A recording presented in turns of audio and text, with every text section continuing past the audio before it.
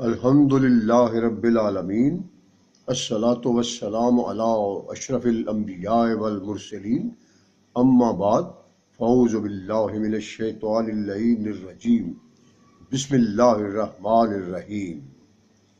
تمام مومنین مومنات اور آل نبی اولاد علی سے عقیدت اور محبت رکھنے والے جہاں کہیں بھی ہیں دنیا بھر میں، میری طرف سے ان سب کو بہت بہت آداب، سلام اور پیار۔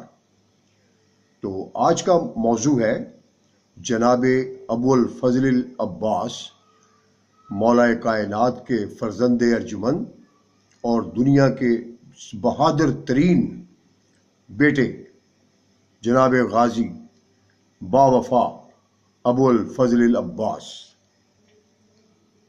جن کے بہت سارے القاب بھی ہیں، بہت ساری تعریفیں بھی ہیں ان کا تھوڑا سا تعارف، کیونکہ یہ عظیم نورانی ہستیاں ہیں، ان کے فضائل بیان کرنا کسی کے بس کی بات نہیں۔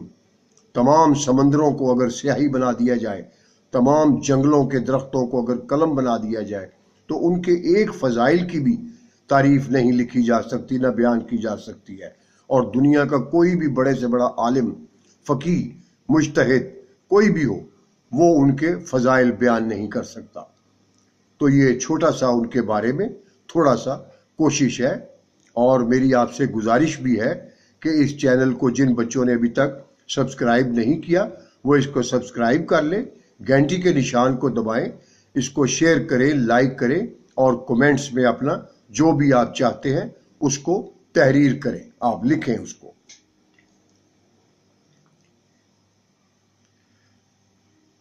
تو بسم اللہ الرحمن الرحیم۔ اور ایک اور آپ سے گزارش ہے میری کہ آپ جہاں جہاں بھی ہوں، جب بھی ان عظیم ہستیوں کے ذکر کی عبادت کا شرف حاصل کرتے ہوں، تو آپ ساتھ ساتھ کبھی کبھی ان کے ذکر میں درود و سلام پڑھتے رہا کریں۔ تو جناب ابو الفضل العباس علیہ الصلاۃ والسلام، عباس کے لفظی معنی دو ہوتے ہیں، شجاع اور بھوکا شیر۔ بنی ہاشم میں ہر جوان اپنی آپ مثال تھا۔ کوئی مورخ یہ نہیں کہہ سکتا کہ اونو محمد نے کسی مقام پر گھبراہٹ یا پریشانی کا اظہار کیا ہو اور علی اکبر ثابت قدم رہے ہو۔ جو بھی اپنے قدموں پر چل کر میدان میں جا سکتا تھا، اس نے دشمن سے لوہا منوایا۔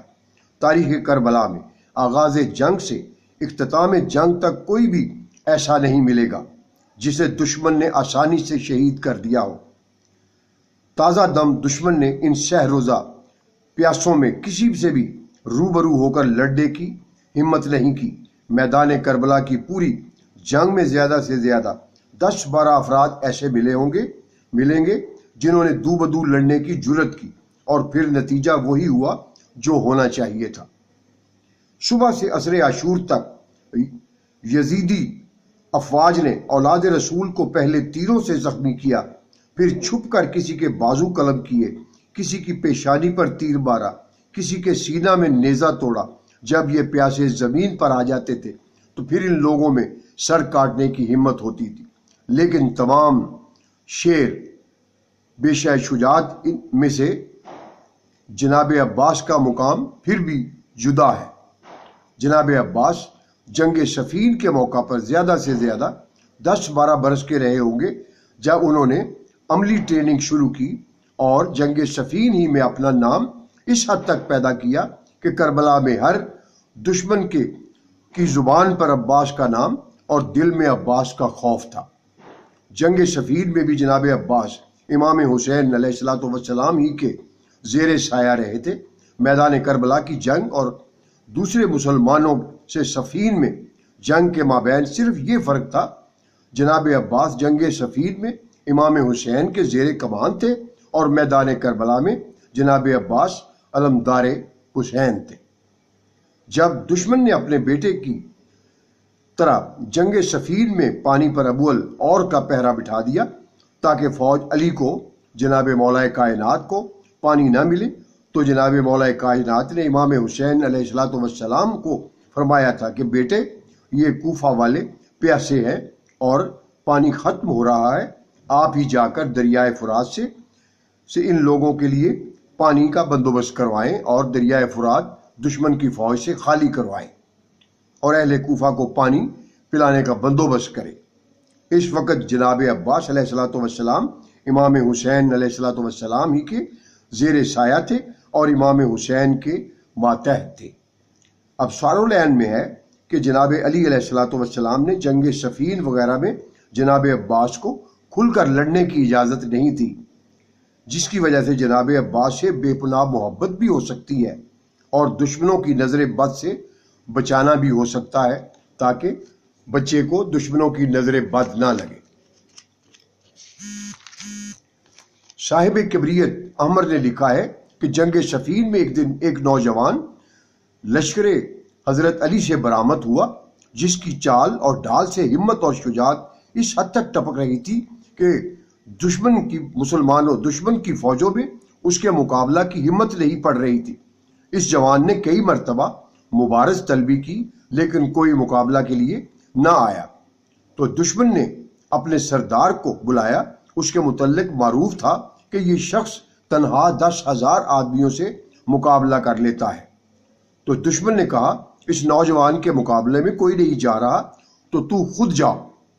تو سردار نے کہا امیر، تجھے معلوم ہے کہ میری شجاعت کی داغ بیٹھی ہوئی ہے اور لوگوں کے خیال میں تنہا 10,000 آدمیوں کا مقابلہ کر سکتا ہوں، پھر تو مجھے اس نوخیز کے مقابلے میں بھیج کر میری توہین کروانا چاہتا ہے۔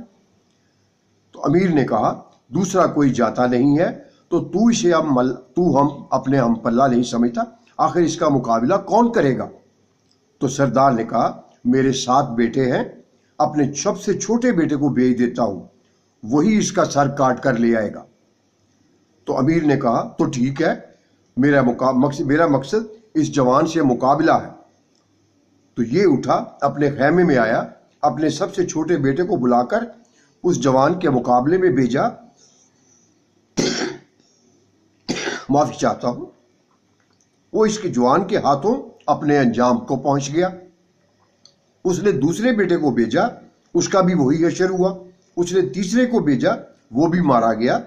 پھر چوتھا پانچواں آیا، اس کے بعد چھٹا آیا اور آخر میں 7واں۔ دشمن مسلمان اپنے مقام پر لرز کر رہ گئے، حیران تھے کہ یہ ہے کون جو نہ ہلتا ہے، نہ دوڑتا ہے، نہ چکر لگاتا ہے، بس ایک ہی جگہ پر جم کر کھڑا ہے، اپنے مقابل پر وار کرتا ہے تو بھی اپنی جگہ پر جم کر، اور مقابل کو مارتا ہے تو بھی ہاتھ کے سوا پورے جسم میں حرکت تک نہیں ہوتی۔ چہ میں گوئیاں شروع ہو گئیں، کوئی کہتا جناب علی خود ہیں، کوئی کہتا محمد حنفیہ ہے، کسی نے کہا کوئی فرشتہ ہے، تو جتنے منہ تھے اتنی باتیں تھیں۔